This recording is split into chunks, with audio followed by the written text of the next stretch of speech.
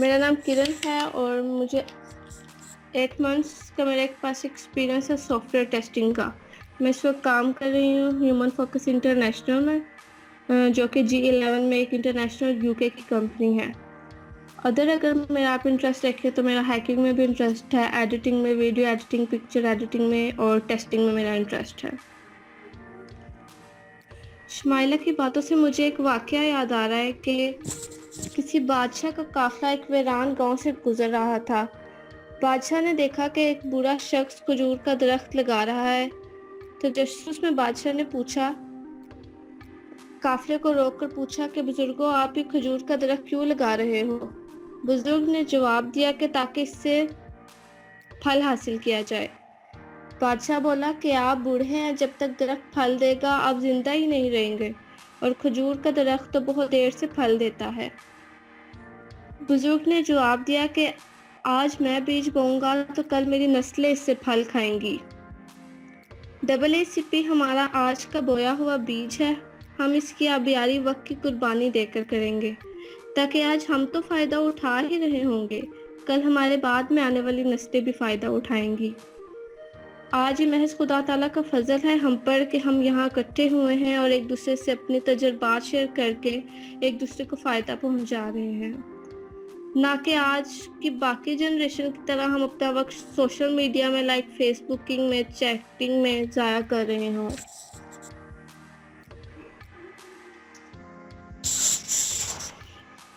आज मेरी कोशिश है कि मैं AACP के इस इवेंट के जरिए लजना को कंप्यूटर के शोबे में क्वालिटी कंट्रोल के बारे में अपने तजुर्बात के मुशाहिदे की बुनियाद पर बता सकूं कि हमारी रोज़मर्रा ज़िंदगी में अमूमी तौर पर और कंप्यूटर के शोबे में खुसूसी तौर पर क्या अहमियत है, ताकि हमारी नई आने वाली नस्लें लजना मेरी महदूद मालूमात से इस्तेफादा कर सके और अपनी दिलचस्पी के हिसाब से अगर पसंद करें तो इस फील्ड को आगे भी ज्वाइन कर सके। सॉफ्टवेयर टेस्टिंग, हम ये ट्रेनिंग क्यों दे रहे हैं? क्योंकि क्वालिटी, या जिसको हम आम और फ़याम में मेयार कहते हैं, ताकि ये दुनिया में तरक्की या जिद्दत की बुनियाद है, जिसके बगैर बनी नौ इंसान तरक्की के रास्ते पर जहाँ हम आज हैं कभी भी नहीं पहुंच सकते थे। क्वालिटी कंट्रोल ना होता तो आगरा का ताजमहल कब का ज़मीन बोस हो चुका होता और हम इसका जिक्र सिर्फ तारीख की किताबों में ही पढ़ रहे होते, जबकि इसके साथ की बहुत सी इमारतें खंडर बन चुकी हैं। फ़र्क यहाँ पे सिर्फ मेयार का है। अगर आप इस तस्वीर की एग्जाम्पल लें तो आज से 100 साल या 200 साल या 1000 साल पहले, जब इंसान के पास पहनने को कपड़े तक न थे, पाँव में जूती तक ना थी, उसको खाने की तमीज़ नहीं थी, कुछ भी नहीं था, और वो उस वक्त जो हम थे गधे, घोड़े और इस तरह की चीज़ों पर सफ़र करते थे। लेकिन अगर आज कंपैटिबल उसके देखें तो हम व्हीकल्स यूज हो गई हैं। मिनटों का सफ़र जो है वो घंटों का सफ़र जो है वो मिनटों में तय कर रहे हैं। वरना आज से 100 साल पहले कोई नहीं कह सकता था कि 100 साल के बाद कोई इस तरह की चीज़ ईजाद होगी कि जिससे हम खला में उड़ सकते हैं और घंटों का सफ़र जो है वो मिनटों में तय कर सकते हैं, ज़मीन के एक कोने से दूसरे कोने में जा सकते हैं। कोई तसव्वुर भी नहीं कर सकता था। ये सारा सिर्फ क्वालिटी कंट्रोल की बुनियाद पर है। आज मैं अपनी इस प्रेजेंटेशन में किस चीज़ों का जिक्र करूंगी, वो ये है कि why testing is necessary, testing techniques कुछ मैं बताऊंगी आपको, टेस्ट प्लानिंग बताऊंगी, टेस्ट स्पेसिफिकेशन एंड एग्जीक्यूशन बताऊंगी, psychology of testing, defect management and test automation, कुछ टूल्स वगैरह यूज करना बताऊंगी। अब टेस्टिंग क्या है? हम सब लजना रोज़मर्रा ज़िंदगी में एक एग्जांपल देती हूँ कि माचिस तो लाजमी इस्तेमाल करती ही होंगी। कभी गौर करें तो माचिस के दोनों तरफ दो मुख्तलिफ तस्वीरें बनी होती हैं, जिससे ये पता लगता है कि माचिस की सीधी साइड कौन सी है और उल्टी साइड कौन सी है। अगर ये ना होता तो हो सकता है कि माचिस की तमाम तीलियां नीचे गिर जाती। आई नो कि अब आप लोग माचिस को नेक्स्ट टाइम गौर से देखा करेंगे। इसके अलावा टेस्टिंग क्या है, उसमें ये होता है कि फाइन सॉफ्टवेयर टेस्टिंग की, क्योंकि चूंकि मैंने आज बात की है तो सॉफ्टवेयर्स को आगे लेकर चलती हूँ। किसी भी सॉफ्टवेयर सॉफ्टवेयर जब लाइव पे जाता है उससे पहले हम टेस्टर से गुजरता है। अगर आप स्काइप की ही एग्जांपल लें, स्काइप किस वजह से फेमस है वीडियो कॉल में, कॉन्फ्रेंस कॉल में। अब अगर वो इस सॉफ्टवेयर को बना दें और उस चीज़ को टेस्ट ना करें तो हो सकता है हम तक पहुंचने तक हम कॉल इनिशिएट करें और कॉल इनिशिएट ना हो, तो उसमें एरर्स फाइंड करना टेस्टर्स का काम है। उसके अलावा परफॉर्मेंस को बेहतर बनाना टेस्टर्स का काम है। उसके अलावा सिक्योरिटी सॉफ्टवेयर में प्रोवाइड करना टेस्टर्स का काम है। What is quality? Something good but not quantifiable, something luxury and classy। यही जब भी थोड़ी देर पहले मैंने एग्जांपल दी थी कि आज से 100 साल पहले घोड़ों पर और टांगों वगैरह पे सफ़र किया जाता था, अब उसकी जगह व्हीकल्स ने ले लिया और व्हीकल्स भी कुछ आम किस्म की नहीं, काफ़ी एडवांस टाइप्स की आ चुकी हैं। अब किसी सॉफ्टवेयर को हम क्वालिटी को कैसे बेहतर बनाएं, उसमें से एरर्स निकाल के, फॉल्ट्स निकाल के, और अगर उसमें कोई फेलियर होता है सॉफ्टवेयर तो उसको इम्प्रूव करके। अब कोई भी अगर कोई नया बंदा इस फील्ड में आता है या उसको इस फील्ड का नहीं पता, टू बी ऑनेस्ट मैं आपको अपना एक बड़ा दिलचस्प वाक़या शेयर करती हूँ कि जब मैं ग्रेजुएट हुई तो मुझे मेरी फ्रेंड की कॉल आई कि इस तरह ह्यूमन फोकस इंटरनेशनल में एक जॉब की वैकेंसी है और आपने अगर ज्वाइन करना है तो बता दें। मुझे इंटरेस्ट था हैकिंग में, एडिटिंग में और इस तरह की बाकी चीज़ों में। मैंने जब नाम सुना क्वालिटी एश्योरेंस का तो मुझे नहीं पता था कि ये क्या चीज़ है। मैंने कहा ठीक है, सीवी भेज देती हूँ, देखा जाएगा। मैंने अपनी यूनिवर्सिटी में कुछ टेस्टिंग की टाइप ज़रूर पढ़ी हुई थी कि भाई हाँ टेस्टिंग इसी टाइप्स की होती हैं। मैंने क्या किया कि गूगल पे सर्च किया। गूगल माशाल्लाह से हमेशा ही साथ देता, उसने मुझे पूरी हिस्ट्री निकाल के रख दी। उसने मुझे एक ऐसी साइट पे ले गया जहाँ पे इंटरव्यू के क्वेश्चंस, इंटरव्यू में क्या होने थे, वो सारे गिवन थे। उसके बाद मैंने उन सारे क्वेश्चंस के रट्टे लगा लिए। जब मैं इंटरव्यू के लिए गई वहाँ पे टोटल 3 लड़कियाँ और थी। जब सबकी प्रेजेंटेशन हो गई, जब सबने इंटरव्यू दे दिया तो जो इंटरव्यू हमारा ले रहे थे उन्होंने मुझे बुलाया इंटरव्यू के बाद और कहते हैं किरण आप सेलेक्ट हो गई हैं इंटरव्यू के लिए। तो क्यों सेलेक्ट क्यों हुई है? क्योंकि हमें आपके कॉन्सेप्ट क्लियर लगे। मैं बड़ी खुश हुई कि मैंने गूगल से रट्टे लगाए थे और मैं सेलेक्ट हो गई। लेकिन इसके बाद मैंने अपने एक्सपीरियंस से मतलब जो काफ़ी मुझे टाइम लगा टूल्स में और हर चीज़ लर्निंग में। जिस तरह मैं आपको प्रेजेंट कर रही हूँ इधर आके, मैं आपको बता रही हूँ कि ये भी मार्केट में एक फील्ड है और गर्ल्स के लिए बहुत ज़्यादा स्पेशल फील्ड है, क्योंकि कहते हैं कि लड़कियों को कीड़े निकालने की आदत होती है। तो मार्केट में इस फील्ड के लिए गर्ल्स को ही रिकमेंड किया जाता है मैक्सिमम, क्योंकि उनका काम होता है एप्लीकेशन को तोड़ना। शायद उनको एप्लीकेशन को यूज़ करना इतना अच्छा ना आता हो तो वो वहाँ पे भी क्लिक करेंगे जहाँ पे उन्हें नहीं क्लिक करना। जी नीलोफर, आपकी आवाज़ आ रही है?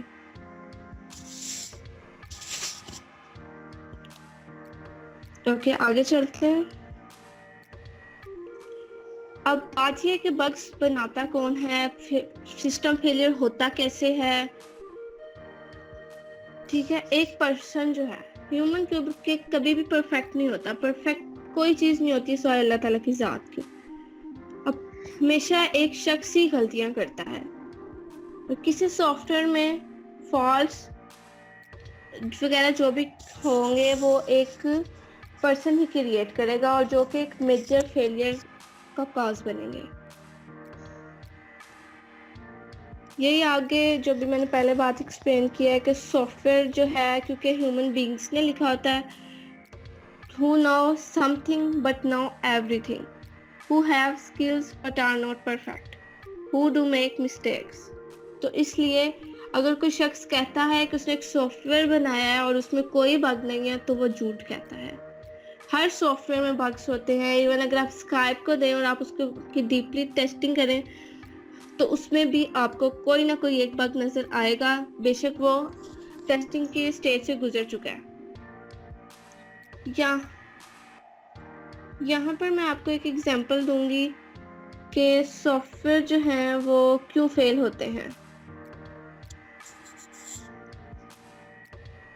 यहाँ पे मैंने कुछ एग्जांपल्स लिखी हैं तो मैं इनको ज़रूर शेयर करना चाहूँगी कि अरियाने 5 जो है वो हमारे पास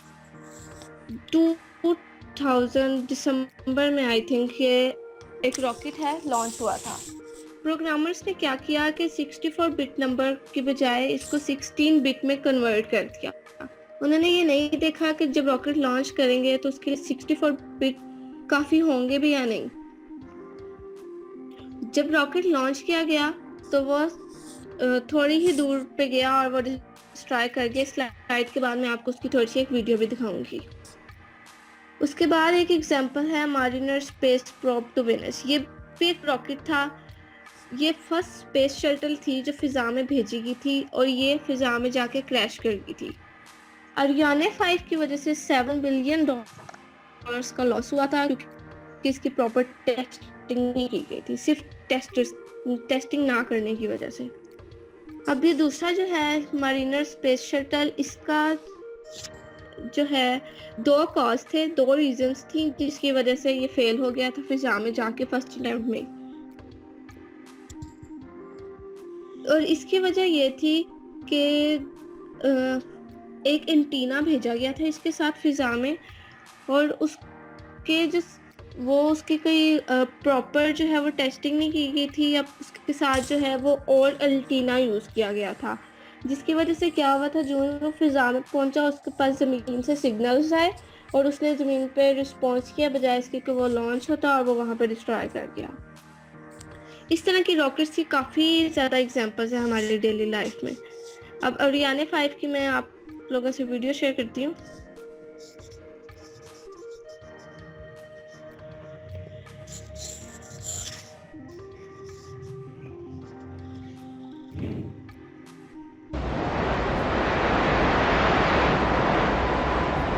Décollage.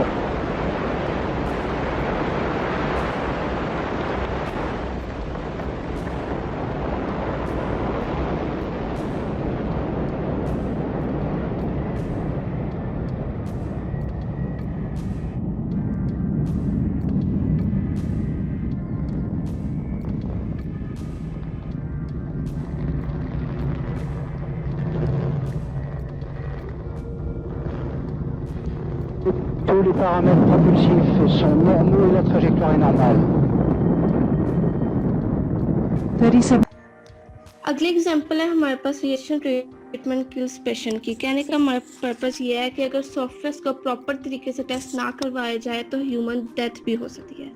इसकी एग्जांपल है हमारे पास रेडिएशन ट्रीटमेंट किल्स पेशेंट की, थिराक 25। ये हमारे पास कनाडा की एटॉमिक नर्सरी में रेडिएशन थेरेपी मशीन थी और इसमें 2 तरह की बीम से ट्रीटमेंट किया जाता था, एक लो बीम और एक हाई बीम। अब प्रोग्रामर्स ने क्या किया कि जो लो बीम थी उसको भी हाई बीम की फ्रीक्वेंसी दे दी। जब पेशेंट का ट्रीटमेंट करने लगे तो लो बीम उसको देनी थी, उसके ऊपर हाई फ्रीक्वेंसी चलेगी, बीटा रेज थी। उससे क्या हुआ कि पेशेंट की जहाँ जहाँ पे उसको रेज मिली वहाँ से उसकी स्किन जो थी वो डैमेज हो गई। जब ट्रीटमेंट खत्म हुआ तो उसकी स्किन प्रॉपर तरीके से जल चुकी थी और उसके बाद कुछ दिनों बाद डेथ हो चुकी थी। इसी तरह ये एक और एयरक्राफ्ट क्रैश की एग्जांपल है, तो देख लेंगे।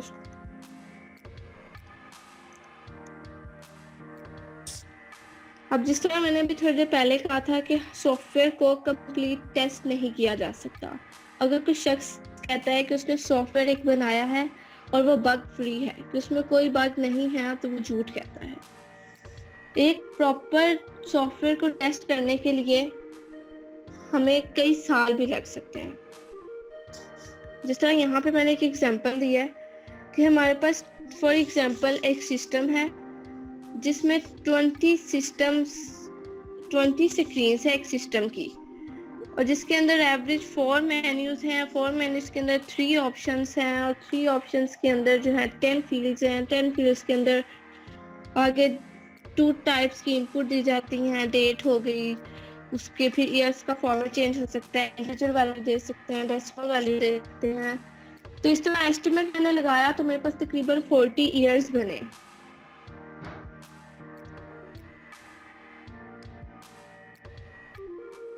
अब सॉफ्टवेयर को किस हद तक टेस्ट किया जा सकता है, ये हम बिल्कुल भी नहीं कह सकते कि एक सॉफ्टवेयर को कंप्लीट टेस्टिंग की जा सकती है।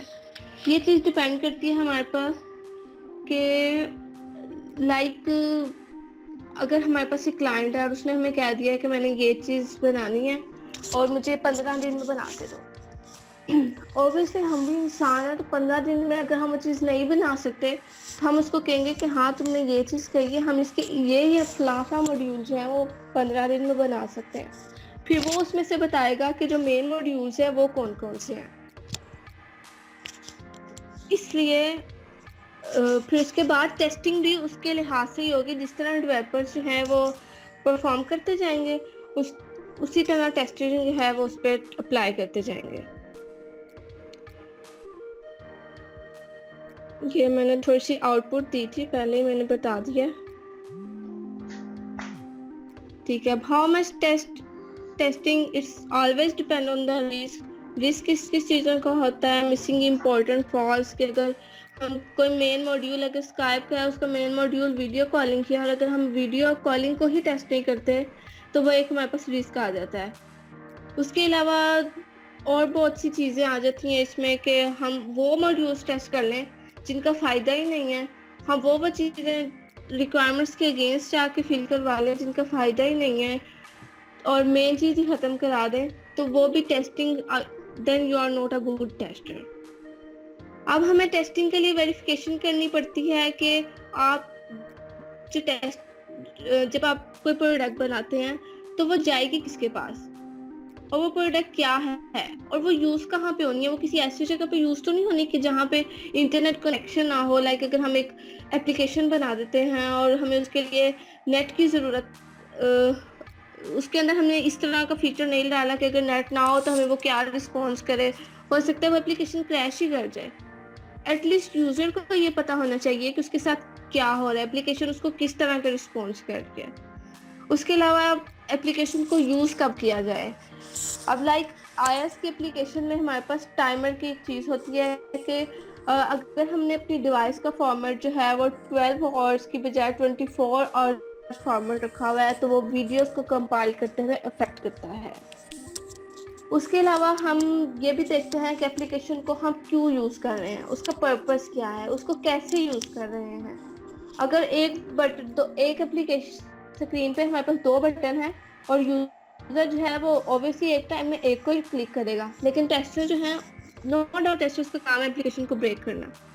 अगर वो दोनों बटन एक साथ क्लिक कर रहा है तो वो थोड़ी सी एक एफिशिएंट बात नहीं रहती। उसकी वजह से क्या होगा, डेवलपर्स भी तंग होंगे और बस ये है कि एप्लीकेशन को किसी भी तरीके से क्रैश नहीं करना चाहिए।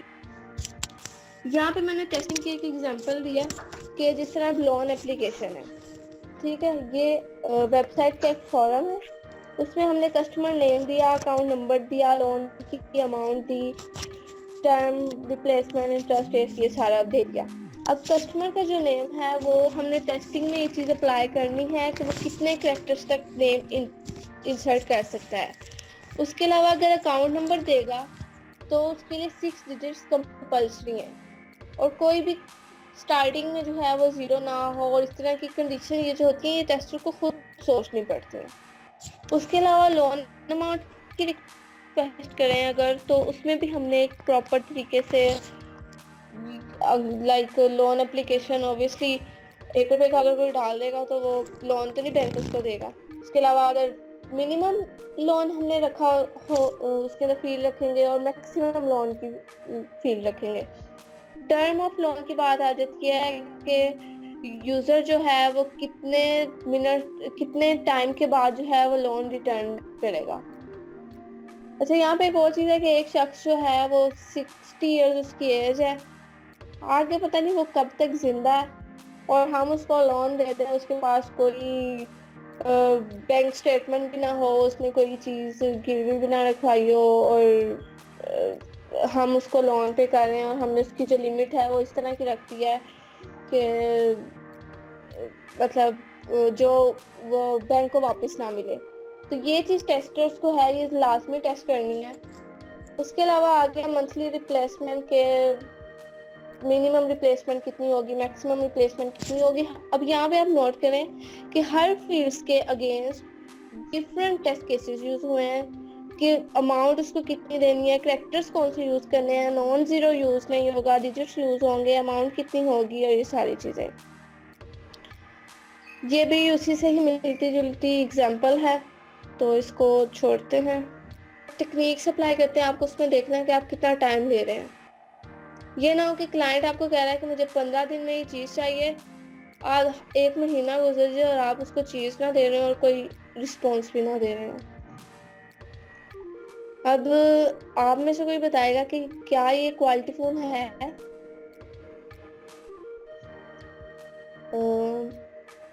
मदीहा, आप इधर ही, आप बताएंगे कि क्वालिटी फोन है? देखने में तो मुझे लग रहा है कि सही है। इसमें क्या मसला, अगर आप टेस्टिंग के हवाले से देखें तो आपको क्या इशू लगता है कि इसमें क्या होगा? हो सकता है कि कस्टमर की रिक्वायरमेंट्स ही ये हो कि उसने इस तरह का फोन देना है जिसके अंदर डिस्प्ले ना आ रही हो सकता है ये सिर्फ एक डमी फाइल हो सकता है डिस्प्ले देता ही ना हो। तो हम किसी भी चीज को एक टेस्टर्स के हवाले से हम ये नहीं कह सकते कि इसकी क्वालिटी बहुत अच्छी है। टेस्टर्स को सामने वाली चीज हमेशा खराब ही नजर आनी चाहिए, उसको यही समझ आनी चाहिए कि वो अगली चीज को कैसे ब्रेक करेगा। अब एक एग्जांपल लेते हैं कि क्लाइंट ने हमें कह दिया कि I need an equipment. Client को चाहिए एक इक्विपमेंट। अब उसको देखते हैं आगे क्या चाहिए। अब वो कहता है कि equipment with internal combustion engine. Madiha, can you tell me कि क्लाइंट को इन 2 लाइन से क्या लगता है कि उसको क्या चाहिए?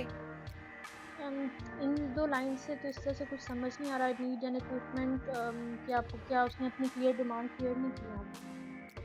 बिल्कुल, तो बिल्कुल आप सही कह रहे हैं। अब टेस्टर्स का काम है कि वो क्लाइंट से खुद पूछे कि उसको क्या चाहिए। अब वो कहता है कि जो उसको इंजन चाहिए वो येलो एंड ब्लैक कलर का हो। इससे मेरे दिमाग में तो ये चीज आ रही है कि उसको ना एक रिक्शा चाहिए येलो या ब्लैक कलर में, जिसमें इंजन भी होगा और येलो कलर में भी होगा, ब्लैक कलर में भी होगा। हाँ एग्जैक्टली, वो कह रहे हैं इट हैज 3 व्हील्स, और रिक्शे के 3 व्हील्स होते हैं। लेकिन वो कह रहा है कि has 3 speed forward and 3 speed reverse. रिक्शे को मैंने कभी पीछे चलते हुए नहीं देखा। एनी हाउ, आगे वो कहता है level uneven surface nicely and quickly. वो उसका सरफेस जो है वो नाइसली हो और क्विकली हो। रिक्शे की तो आवाज ही बहुत होती है, उसके तो टायर्स ही इस तरह के होते हैं। ओह, उसको चाहिए बिल्डर। टेस्टर्स का काम है कि वो क्लाइंट उसको जब भी कोई चीज कहे प्रोडक्ट बनाने को तो उसको क्लियर हो ईच एंड एवरीथिंग। अगर वो 15 दिन में प्रोडक्ट बनाने को कह रहा है और अगर डेवलपर्स ने और टेस्टर्स ने मिलके एक प्रोडक्ट 15 दिन में बना दिया है, तो ये चीज की श्योरिटी टेस्टर्स का काम है कि होनी चाहिए कि ये वाकई वही चीज है जो क्लाइंट ने कही थी।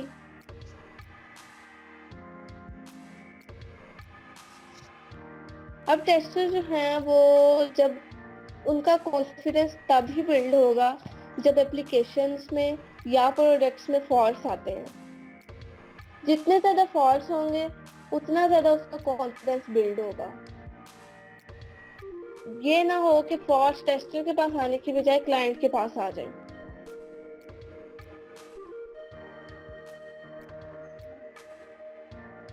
अब ये है कि हो सकता है आप फॉल्ट उस कैटेगरी में देख रहे हो जिसका लेवल जो है वो लो हो, और सॉरी उल्टा बोल रही हूँ मैं। हो सकता है कि आप जो हैं वो सोच रहे हो कि आप जो हैं सॉफ्टवेयर के आप उस साइड पे हैं जिसका जो लेवल है वो हाई है, लेकिन हो सकता है कि आप यहाँ पे हो, मतलब जिसका कुछ काम ही नहीं है सॉफ्टवेयर क्वालिटी में। के जिस तरह मैंने स्काइप की एग्जांपल दी, पिक्चर को आप देख रहे हैं कि भाई ये जूम क्यों नहीं हो रही। स्काइप का मेन काम ही वीडियो कॉलिंग है, ऑडियो कॉलिंग है, और आप उसकी प्रोफाइल पिक्चर को लेके बैठ जाएंगे तो वो एक इनएफिशिएंट वे है। अब अगर आप जाते हैं किसी सॉफ्टवेयर हाउस में और आपको मिल जाती है टेस्टर की जॉब, तब आपने क्या करना है कि ये नहीं है कि अगर वहाँ पे 50 डेवलपर हैं और 5 टेस्टर्स हैं और आप हर एप्लीकेशन में से बग निकाल रहे हैं, तो आप 50 के 50 डेवलपर्स के पास जाएं और कि हाँ भाई, ये जो तुमने चीज़ बनाई है ये गलत है, इसके खिलाफ ना चीज़ जो है वो सही काम नहीं कर रही। इसके लिए हमारे पास चीज़ यूज़ होती है बग ट्रैकिंग टूल। जिस तरह मैं ये यूज़ करती हूँ जीरा, ठीक है। अब इसमें क्या होता है कि जब भी मैंने किसी एप्लीकेशन में बग फाइंड कर लिया होता है तो मैं यहाँ क्रिएट पे क्लिक करती हूँ। उसके बाद मैंने प्रोजेक्ट सेलेक्ट करती हूँ कि लाइक वो वेब बेस्ड वेबसाइट में से बग आया है, एंड्रॉयड एप्लीकेशन में से बग आया है, या iOS एप्लीकेशन में से बग आया है। उसके बाद मैंने इशू की टाइप देखनी होती है कि जो अगर मैंने जिस तरह ऊपर सेलेक्ट किया ऑप्शन iOS ऐप, तो उसमें कोई न्यू फीचर जा रहा है, कोई बग है या कोई इम्प्रूवमेंट है, कोई न्यू चीज़ है, या कोई मैं उसको टास्क असाइन कर रही हूँ। ये जो एक चीज़ है ये बहुत एक मेन चीज़ है बीइंग अ टेस्टर, आप आगे कहीं अप्लाई करते हैं तो। फिर यहाँ पे मैंने थोड़ी समरी उसको प्रोवाइड कर दी है कि जो भी आपने मॉड्यूल यहाँ पे जिस तरह जो टेक्निक मैं यूज़ करती हूँ उसमें मैं यहाँ मॉड्यूल का नेम लिखती हूँ और आगे उसकी शॉर्ट समरी प्रोवाइड कर देती हूँ। नीचे आगे प्रायोरिटी उसको बताना होता है हमने कि मेजर बग है, क्रिटिकल बग है, माइनर है, या कोई ब्लॉक का है कि लाइक एक चीज़ को हम यूज़ कर रहे हैं उसकी वजह से हमारे पास कोई और मॉड्यूल ब्लॉक हो गया है। उसके बाद हमने असाइन करना होता है, लाइक मैंने जिस तरह 50 डेवलपर्स की एग्जांपल दी है, तो यहाँ पे असाइनिंग में 50 डेवलपर्स के नेम आएंगे और आपने जिसको भी असाइन करना है आपने उसका नाम लिख देना होता है। फिर एनवायरनमेंट में यहाँ पे वो चीज़ आ जाती है कि अगर वेब एप्लीकेशन है तो आपने उसको किस ब्राउज़र में चलाया था। अगर फायरफॉक्स है तो फायरफॉक्स का नाम लिखेंगे, आईफोन है आईफोन, आईपैड है तो आईपैड। डिस्क्रिप्शन में आप लिख देंगे कि बग किस तरह आया है, सिनेरियो किस तरह क्रिएट किया है। जिस तरह यहाँ पे मैंने एग्जांपल लिखी हुई है लॉगिन पेज की। लॉगिन पेज की मैंने जिस तरह एग्जांपल लिखी है कि हम यूजर जो है क्रीडेंशियल इंसर्ट कर रहा है, उसने लॉगिन के बटन पे क्लिक किया है और वो उसको एरर दे रहा है।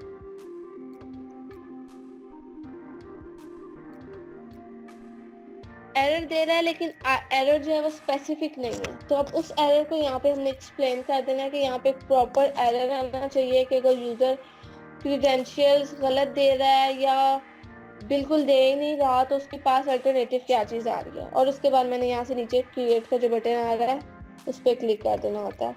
इसके अलावा इसके अंदर ये भी ऑप्शंस थी कि अगर पुराने किसी लिंक से इशू आपका न्यू इशू होता है तो आप उसको यहाँ पे यहाँ जो आपको मेरा कर्सर नज़र आ रहा होगा यहाँ पे उसका लिंक दे देते हैं।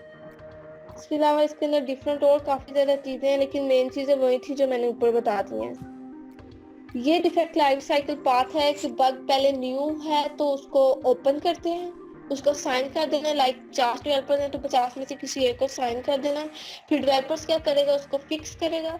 फिर आपको अगर आप उसकी टेस्टिंग करेंगे और अगर आपको लगता है उसमें बग आ गया तो आप उसको रीओपन करेंगे और ये सारा आगे प्रोसेस चलता रहेगा जब तक वो बग फिक्स नहीं हो जाएगा।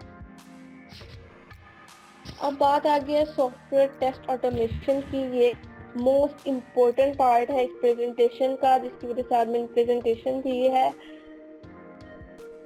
इतना मुझे नॉलेज तो नहीं है, लेकिन 6 मंथ्स में जो भी मैंने सीखा है मुझे लगता है कि बीइंग एन अहमदिया मेरा ये फर्ज है कि अगर मैंने एक भी लफ्ज़ सीखा है तो मैं अपनी जमात अहमदिया की लजना तक या फर्द तक या आगे जो भी मुसलमान हैं उन तक वो नॉलेज पहुंचाऊं, क्योंकि मेरा सीखने का तब तक फ़ायदा नहीं है जब तक मैं उस नॉलेज को अपने अंदर ही दफन करके बैठ जाऊं और किसी से शेयर ना करूं। अब मैं यहाँ पर जिस टूल का जिक्र करूंगी, जिस टूल को आगे यूज़ करना थोड़ा सा बता रही हूँ, वो है सेलेनियम। ये मैंने एक थोड़ी सी सर्च की थी लिंक्डइन पे टेस्टर्स की जॉब के हवाले से, तो वहाँ पे 6000 प्लस टेस्टर्स की जॉब है। मुझे ये समझ, अल्लाह ताला माफ़ करे, कहना भी नहीं चाहिए, समझ नहीं आती कि लोग कहते हैं कि उन्होंने ग्रेजुएट किया, कंप्यूटर की फील्ड ज्वाइन की और आगे उनको जॉब नहीं मिलती। जॉब हमारे अगर आप सर्च करें जॉब बेतहाशा है, सिर्फ आपको अपना थोड़ा सा नॉलेज इंक्रीज करने की देर है। उसके अलावा आपका स्किल्स होने चाहिए। जिस तरह आज मैंने आपको प्रेजेंटेशन दी है, अगर मुझे 6 महीने पहले किसी ने प्रेजेंटेशन दी होती तो मैं अपने एक्सपीरियंस की बेस पे बाकी टेस्टर से थोड़ा अप लेवल पे होती।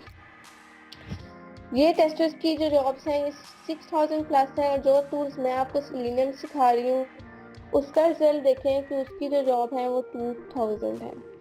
तो अगर आप खाली सेलेनियम ही सीख लें तो आपको 2000 जॉब्स में से आप किसी एक जॉब का पार्ट होंगे। अब ये मैं स्टार्ट करती हूँ इसका थोड़ा सा लर्निंग वगैरह। इसके लिए आपको चाहिए कि सेलेनियम आईडी इंस्टॉल करना है और इसकी फायरफॉक्स में होगा। आप यहाँ जाएं, गूगल करें, गूगल पे आप लिखें सेलेनियम IDE, उसमें आपने इस लिंक पे क्लिक कर देना है और आपको ये जो है वर्जन ये इंस्टॉल कर लेना है। क्योंकि मेरे पास ऑलरेडी इंस्टॉल है तो मैं इसलिए इसको यहाँ पे इंस्टॉल नहीं कर रही। अब इसके बाद आपने एक काम छोटा सा और करना है कि एडम्स को क्लिक करने के बाद सर्च करना है सेलेनियम बटन, जहाँ से आप सेलेनियम को ओपन करेंगे। ठीक है, अब ये सेलेनियम बटन यहाँ पे इंस्टॉल करना है आपने, और आपके पास सेलेनियम बटन जो है वो फायरफॉक्स में ऊपर यहाँ पे आ जाएगा या फिर इधर आ जाएगा। अब मैं सेलेनियम को स्टार्ट करती हूँ।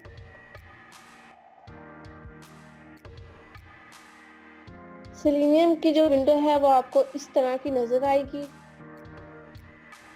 यहाँ पे आपने लिखना है बेस URL, जिस वेबसाइट की आप टेस्टिंग करना चाहते हैं आपने यहाँ पे उसका लिख देना, जिस तरह यहाँ पे मैंने www.microsoft.com तो लिखा हुआ है। उसके अलावा इस हमारे पास टूल में डिफरेंट ऑप्शंस हैं कि लाइक अब यहाँ पे मैं टेस्ट केसेस चलाऊंगी, इसको रिकॉर्ड करूंगी, बल्कि पहले मैं रिकॉर्ड कर लेती हूँ तो फिर मैं बाकी आप ऑप्शंस आपको बाद में दिखाती हूँ। यहाँ पे हमने इसको स्टार्ट करने के लिए कॉपी किया, यहाँ से गूगल किया,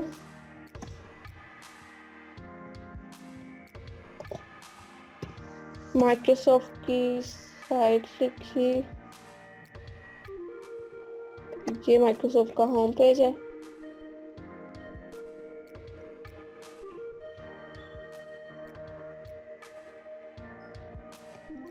ठीक है, अब ये जो आगे वाला URL है आपने सिर्फ इसको कॉपी करना है, क्योंकि माइक्रोसॉफ्ट वाला मैं ऑलरेडी उधर लिख चुकी हूँ।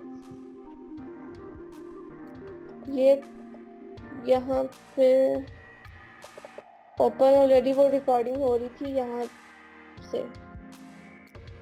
ठीक है, अब यहाँ पे मैंने ओपन किया और यहाँ पे मैंने उस लिंक को पेस्ट किया। अब ये क्या करेगा कि माइक्रोसॉफ्ट पे जाएगा, ठीक है, उसके बाद इस लिंक को ओपन कर देगा। उसके बाद हम इसको करते हैं रिकॉर्ड। ठीक है,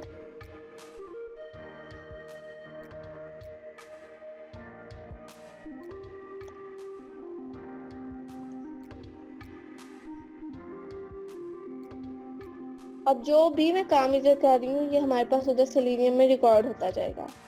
लाइक जिस तरह मैं इस बटन पे क्लिक किया स्टोर पे, उसके बाद मैं कर देती हूँ ऑल ऑफिस पे।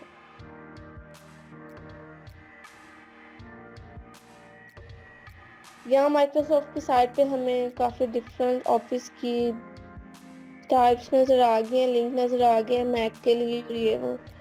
अगर आगे मैंने इसकी फर्दर टेस्टिंग करनी है तो मैं इस पे क्लिक कर देती हूँ फॉर स्मॉल बिजनेस, अब वो मुझे इस पे ले गया है। इसके अलावा अगर मैंने और फर्दर टेस्टिंग करनी है मैं आगे और फर्दर क्लिक करती जाऊंगी।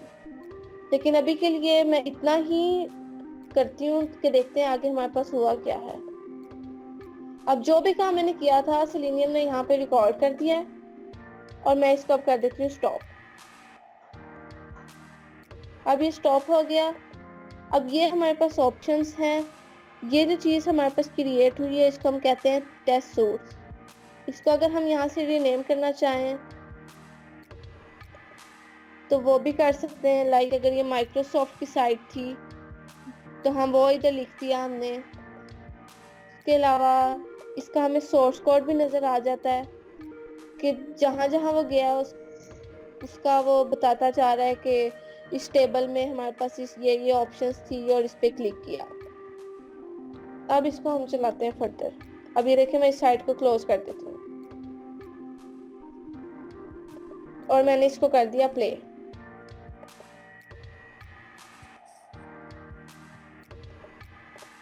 अब माइक्रोसॉफ्ट की साइट आप खुद देख रहे होंगे कि खुद ओपन हो रही है। मैं कुछ नहीं कर रही, अब ये मेरा माउस देखें इधर पड़ा है।